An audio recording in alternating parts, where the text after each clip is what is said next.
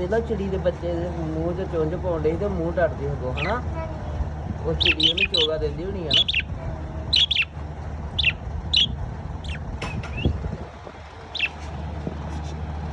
ਪਾਪਾ ਨੇ ਆਪੇ ਤੇ ਖਾਣਾ ਨਹੀਂ, ਆਪ ਹੀ ਖਾਣਾ ਪਿਆ ਕਰਨਾ ਇਹਨੂੰ। ਚਿੜੀ ਵੀ ਮਰ ਗਈ। 2 ਬੱਚੇ